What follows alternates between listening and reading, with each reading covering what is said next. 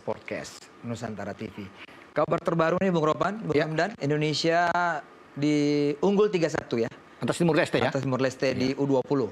Aman lah saya pikir. Ya. Menang lah. Tinggal kita menunggu melawan Yaman. Betul. Yaman Hari juga Minggu. mungkin menang saat ini juga ya. Ya, saya pikir enak lah ketemu lawan Yaman, pas lah itu.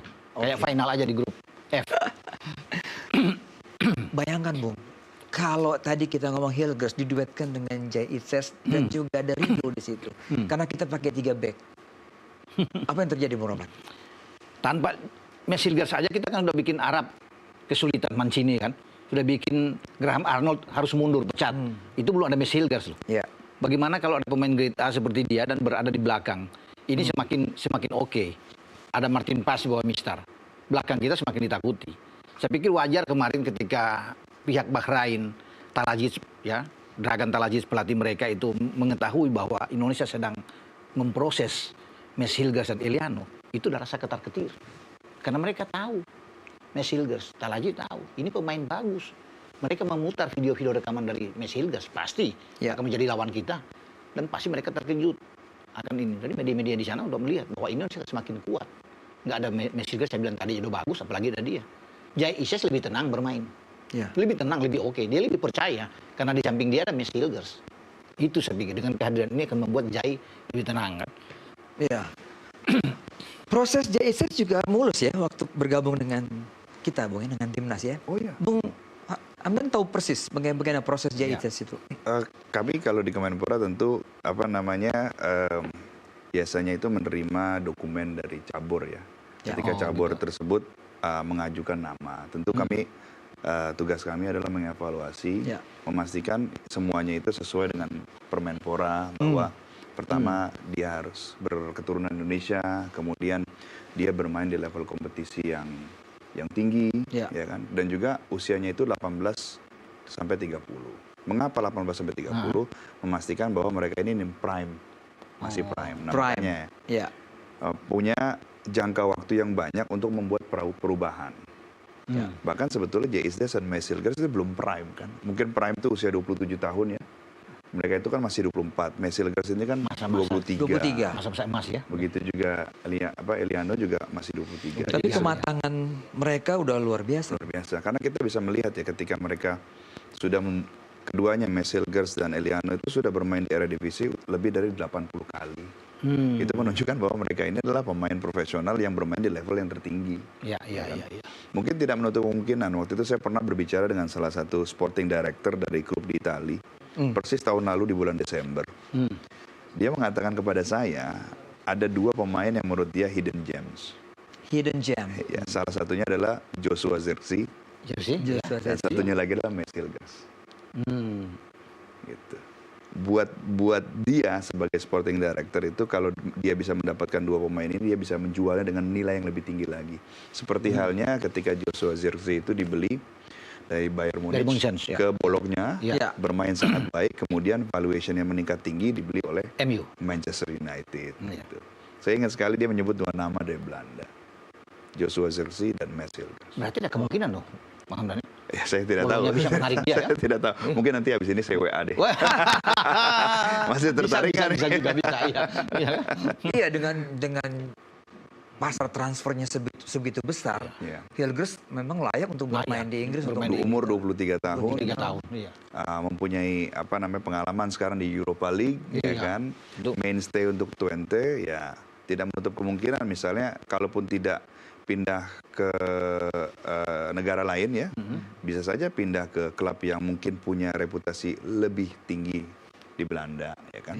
Bung Hamdan, jika 2 pemain baru ini masuk, berarti total jumlah naturalisasi kita 14 pemain ya. Ini jumlah yang lumayan banyak ini. Pertanyaan saya dan pertanyaan banyak orang, impact-nya bukan hanya buat timnas ya. Keputusan naturalisasi ini kalau buat olahraga, buat sepak bola Indonesia secara keseluruhan apa? Saya pikir kan segala sesuatunya itu kan direncanakan untuk mencapai target-target yang sudah diset sebelumnya. Gitu kan. Mungkin dalam konteks ini pimpinan PSSI dan juga tim kepelatihan Sintayong memang sedang berusaha untuk mengejar mimpi yang juga mimpi seluruh rakyat Indonesia mungkin. Begitu juga mimpinya Pak Jokowi dan mimpi presiden terpilih yaitu Pak Prabowo, ya. untuk bisa masuk ke panggung dunia yang kita sebut sebagai Piala Dunia. Ya. Maka mereka memutuskan untuk mengambil strategi ini. Dan so far saya melihat hasilnya jelas. Kita sekarang mendapatkan 2 poin melawan Saudi Arabia dan Australia. Tim kuat. Nah, ini kans kita ini terbuka lebar, ya, kalau boleh saya sebut. Istilahnya ini kalau kita lagi naik menyetir mobil ini sudah gigi 3 ya. Ya kan? Kita lagi gigi 4, gigi 5. Maka jangan kita tarik rem tangan. Biarkan ini berproses, kemudian begitu sampai ke finish line berhasil, kita apresiasi dan evaluasi. Kalaupun gagal, ya kita apresiasi karena mereka sudah melampaui step-step yang mungkin sebelumnya belum kita capai. Gitu. Jadi menurut saya biarkan saja roda mesin ini mobil ini berpacu kencang sampai ke finish line. Kemudian kita bersama-sama kita apresiasi dan evaluasi apa nih lesson learn-nya. Proses itu kan dalam koridor yang benar. Tidak melanggar hukum, tidak ada hal yang dirugikan. Begitu kan, Bung? Betul. Jadi kan memang kan regulasi FIFA juga mengizinkan. Jadi kita bukan melakukan sesuatu yang memang di luar konteks FIFA. Ya kan? Mungkin kalau misalnya saya boleh ceritakan dari sejak 1930 Piala Dunia pertama kali di Uruguay, pemanfaatan atlet diaspora itu dilakukan. Begitu juga di tahun 1934 ketika di Italia Benito Mussolini juga melakukan reverse itu, memanggil pemain-pemain diaspora agar memastikan Italia itu bisa menang Piala Dunia gitu. Jadi memang pemanfaatan atlet diaspora ini sudah bermula sejak Piala Dunia 1930. Mungkin sebelumnya juga pernah terjadi juga gitu. Tapi memang faktanya demikian gitu. Ya negara-negara besar juga, Australia juga demikian, juga banyak pemain-pemain keturunan juga yang ada kan. Betul, dan di Australia misalnya kan mereka memperlakukan dual citizenship ya, sehingga proses ini lebih streamline, lebih cepat gitu ya. Nah, kalau Indonesia ya ada Undang-Undang Nomor 12 tahun 2006 yang memang harus memilih kewarganegaraan, yaitu dengan proses apa yang disebut sebagai naturalisasi. Prancis juga begini, Boy. Prancis, Maroko kan pernah melakukan. Nah, kalau Maroko menganut dua. Maroko saya berikan contoh, mungkin mantan pemain MU Sofyan Amrabat. Kan Sofyan Amrabat dari Belanda. Ya kan, kemudian dia bermain untuk Maroko. Ya kan. Kemudian Ashraf Hakimi main lahir di mana? Di Spanyol. Kemudian dia bermain untuk Maroko. Nah, pada saat awal-awalnya ini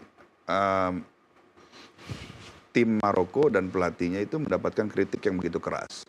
Kemudian juga ada kritik yang juga keras di sana. Kan ketika pelatih kepalanya menyebutnya milkshake Maroko. Jadi mazhabnya itu namanya milkshake Maroko. Tapi setelah mereka kemudian sukses juara masuk semifinal menjadi posisi 4 ya Piala Dunia. Ya mungkin sukses ada jawaban yang paling tepat dari semua hal-hal kritik. Kalau kita bicara apa yang dikatakan oleh Ketum bahwa ini jangka pendek. Proses jangka pendek itu seperti apa dan sampai kapan jangka pendek? Itu pertanyaan saya. Jadi mungkin kita kan melihat sebetulnya pembinaan usia muda tetap jalan. Tetap jalan dan memang harus jalan. Baik dari pemerintah maupun dari federasi terus mendorong pembinaan usia muda. Besok misalnya ada Piala Menpora. Ada Piala Menpora kan? Jadi pembinaan usia dini itu tetap jalan dan kita juga membuka peluang untuk pemanfaatan atlet diaspora. Ini adalah sebuah sinergi sebetulnya. Tetapi memang segala daya pemerintah itu lebih banyak fokusnya di pembinaan. Kalau boleh jujur. Jadi tidak benar apabila dikatakan bahwa fokusnya ini menaturalisasi. Tidak. Contoh paling besarnya adalah alokasi yang dilakukan oleh Kemenpora untuk pembinaan itu besar. Kita membangun misalnya Cibubur facilities ya. Itu tempat untuk yang diciptakan untuk membentuk seperti halnya Ragunan dulu. Tempat elit dengan fasilitas yang baik gitu kan. Begitu juga misalnya apa yang dilakukan kerjasama antara pemerintah, PSSI dan FIFA. Pembangunan training center pertama di Kalimantan yang akan dibuka minggu depan. Jadi itu adalah signal dari pemerintah, dari PSSI, dari FIFA untuk pembinaan sebetulnya. Gitu. Begitu pula juga kesiapan kita secara infrastruktur. Ya. 2 triliun digelontorkan untuk renovasi stadion karena kita ingin berkompetisi di level dunia. Kita sukses menggelar Piala Dunia U17. 17. Next step-nya apa? Ya Piala Dunia U20. U20. Berikutnya apa lagi? Piala Dunia Senior. Pemerintah hadir.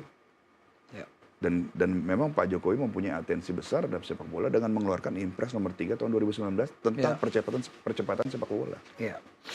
Bicara naturalisasi Bung Ropan, ada 14. Kalau kita bisa evaluasi juga dengan 14 pemain ini, ya kan ada mungkin Bung Ropan lihat kurang perform misalnya. Sebut saja misalnya Shan Patinama tuh jarang main sekarang. Apa yang Bung Ropan lihat? Sepak bola kan itu dimainkan 11 pemain. Jadi tentunya pelatih lebih tahu siapa yang lebih siap. Ya. Kebugarannya, ya kan, fisiknya. Tidak mungkin semua akan bermain. Makanya memang dibutuhkan banyak pemain juga di sana untuk menjaga keseimbangan di bench itu harus kuat. Jangan pemain inti itu begitu keluar yang masuk adalah pemain yang timpang. Sehingga Shan Patinama tidak mendapat tempat. Karena mungkin saat ini Verdong yang ada di sana itu secara kualitas lebih bagus. Jam bermain dia di Nijmegen itu bagus. Bahkan setiap akhir minggu dia terpilih salah satu pemain ada 11 terpilih di PSV, pemain Sabo Feyenoord semua, Groningen. Dia ada di bek kiri. Berarti kan ini pemain bagus. Jadi dia ada sana. Jadi bersabar bagi Sain. Toh Sain melawan Arab juga main di babak kedua. Dimainkan. Jadi saya pikir oke lah. Tidak mungkin sekaligus STY harus bisa melihat 11 pemain starting 11 ini yang bagaimana untuk bisa ditampilkan. Harus betul-betul bagus. Soal pergantian mungkin Sain bermain di babak kedua 15 menit ya, 20 menit itu urusan STY. Tapi dia harus menurunkan pemain di posisi bek kiri itu. Selain ada Sain dan Verdong ada Arhan juga di sana. Jadi memang banyak. Nathan Chow juga sebenarnya bek kiri bermain. Tapi kan ditarik karena sudah terlalu mewah tuh di situ. Ditarik ke gelandang bertahan. Gitu. Yastin juga bisa bermain di kiri. Bang Hanan mungkin lebih tahu tuh, Pak. Jadi begini, sekarang sepak bola modern itu jumlah game yang dimainkan itu semakin banyak. Ya kan? Level timnas juga kalau di Indonesia ada level international match day-nya, mungkin friendly matches ada, kemudian AFF ada, Piala Asia ada, kualifikasi Piala Dunia ada. Tentu pelatih harus menyiapkan tim dengan memahami jumlah kompetisi yang ada. Kemudian seperti yang disampaikan oleh Bung Ropan, ada national talent pool-nya. Memastikan bahwa setiap posisi itu memiliki pemain-pemain yang kualitasnya itu sebanding. Nah, ketika kita mempunyai kualitas yang sebanding ini, maka kita tidak takut ketika melakukan pergantian pemain. Dan Coach Sintayong itu kalau kita perhatikan adalah salah satu pelatih yang selalu menggunakan 5 pergantian pemain. 5 kan? Kenapa? Karena beliau itu salah satu filosofi yang saya ketahui adalah pemain harus memberikan yang terbaik segalanya di lapangan. Ketika kamu capai, kamu akan diganti. Nah, penggantinya itu juga harus sepadan. Betul. Nah, ketika kita mempunyai penggantinya sepadan ini sebenarnya menciptakan kompetisi yang sangat baik sebetulnya menurut saya. Nah, saya dulu ingat sekali, dulu Christian Vieri itu pernah ditanya, kamu tuh harus kompetisi sama Inzaghi, kamu harus kompetisi dengan Del Piero gitu. Lalu bagaimana sebetulnya pelatih itu menentukan pilihannya gitu kan? Vieri mengatakan begini, siapapun yang bermain itu adalah pemain yang menurut pelatih paling baik dimainkan hari itu. Gitu. Jadi mungkin kalau keputusan Coach Sintayong menempatkan entah itu Verdong, mungkin ada instruksi-instruksi khusus yang diberikan pada Verdong dan pelatih berpikir pemain yang paling tepat bermain hari ini melawan Saudi ataupun melawan Australia yang paling tepat adalah Verdong. Mungkin nanti ketika gamenya sudah lebih kebuka, ada space yang lebih luas, mungkin pemain yang suka overlap seperti Shan Patinama. Jadi saya pikir pelatih seperti Coach Sintayong itu terus terang saya dari interaksi saya dengan beliau, saya tahu beliau adalah pelatih yang sangat cerdas. Alhamdulillah saya juga belajar banyak juga dari beliau gitu. Jadi saya bisa sedikit banyak memahami kenapa keputusan itu diambil. Gitu. Yang sering kita diskusikan Bung Ropan bahwa STY ini selalu mengambil pemain yang multi position. Betul. Ya kan? Berarti Shan Patinama pun bisa juga bermain tidak hanya sebagai murni di kiri. Dia bisa didorong lebih ke depan kan? Untuk bermain dengan 3-4-3. Jadi ada 2-3 posisi selalu bisa diambil oleh STY. Kita lagi mengejar striker lah ya. Dari database yang Anda punya, pasti Anda punya lah database pemain-pemain keturunan Indonesia yang ada di luar. Kita punya nggak 7 posisi yang kita incar itu? Nomor 9. Ya mungkin kan semua terkait pemanggilan pemain ke timnas Indonesia itu kan tergantung sebetulnya kebutuhan tim ya. Ya. Dan mungkin pemain seperti apa yang disukai oleh pelatih gitu kan. Mungkin ada pemain yang menurut saya bagus tapi mungkin menurut pelatih tidak dibutuhkan. Ya kan? Bisa jadi kan, ya kan. Nah mungkin kan kalau misalnya kita berbicara posisi striker misalnya kan, saya rasa Coach Shin sudah menemukan beberapa nama. Oke, namanya nanti kita bicarakan, kita sebutkan dari mulut Anda setelah Kita tahan dulu Kewenangan pelatih. Pariwara Kewenangan berikut ini. pelatih. Saya yakin Coach Sintayong lebih di ahli. Sportcast ya.